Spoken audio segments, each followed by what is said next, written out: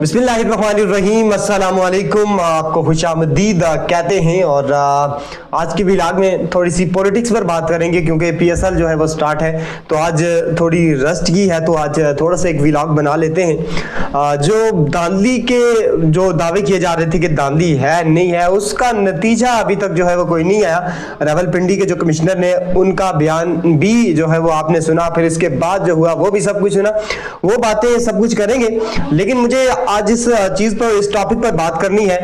जो मैंने रावलपिंडी एक एमपीए मंसूर साहब का हलका था, तो पीपल मोड़ उस जगह पर मैं एक मीटिंग थी और मैं वहां पर गया, मैंने उनसे इंटरव्यू किया। तो ये दर्दनाक जो एक मेरे साथ वाकया वहां पर हुआ, मैं उसको आज शेयर करूंगा क्योंकि ये हल होना चाहिए किसी भी कीमत में, किसी भी तरह से। ये जिनका हक बनता है, चाहे वो धांधली से आए, चाहे वो अवाम के वोट से मुंतखब हुए, लेकिन उनका मसला हल होना चाहिए। तो आज मैं उस पर बात करूंगा। मैं पीपल मोड़ जब इलेक्शन से 4 से 5 दिन कबल मैं गया वहां पर और मेरे साथ कैमरामैन थे। इस्लामाबाद से मैं 2 प्रोग्राम करके डायरेक्ट खन्ना पुल से मैं वहां पर गया। बड़ी दिक्कत हुई रास्ते में मुझे, वो एक अलग चीज है। लेकिन जब मैंने मलिक मंसूर साहब का इंटरव्यू किया तो एमपीए जो थे और मुंतखब भी हो चुके हैं, मैं उनके लिए नेक ख्वाहिशात का इजहार करता हूं।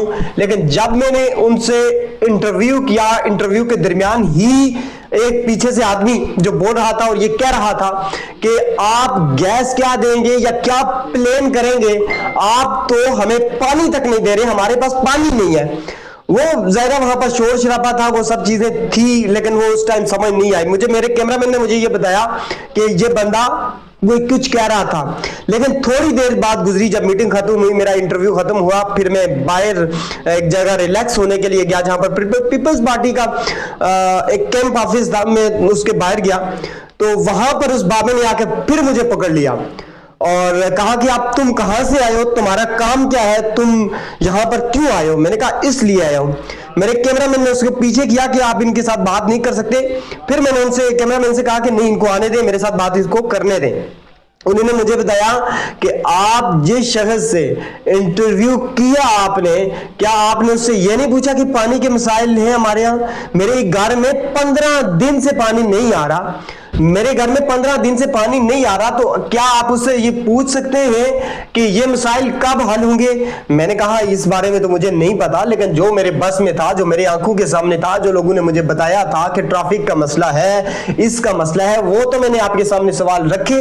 इस चीज का मुझे कोई इल्म नहीं था कि ये आपका जो मसला आप मुझे बता रहे हैं कि मैं उसके सामने पूछता और उससे कहता ये मसला कब तक हल होगा। उसने कहा तुम अपनी बातें ना करो, मुझे ये बताओ कि ये मेरा मसला हल होगा या फिर नहीं। मैंने बाबा जान से कहा बाबा जान, मेरा ये काम है आपकी आवाज बुलंद करना, मैं ये कैसे कह सकता हूं कि आपका ये काम होगा? यकीन दिलाता हूं मैं आपकी आवाज बनूंगा। मुझे मलिक मंसूर साहब हैं, उन्होंने मुझे बुलाया अपने मरकजी कैंप ऑफिस। यहां से 10 या 15 मिनट का जो रास्ता था, तो वहां सर शाहिद साहब की जिन्होंने मुझे वहां पर इनवाइट किया था, मैं उनके आदमी ने मुझे उनके कैंप ऑफिस जाकर छोड़ आए।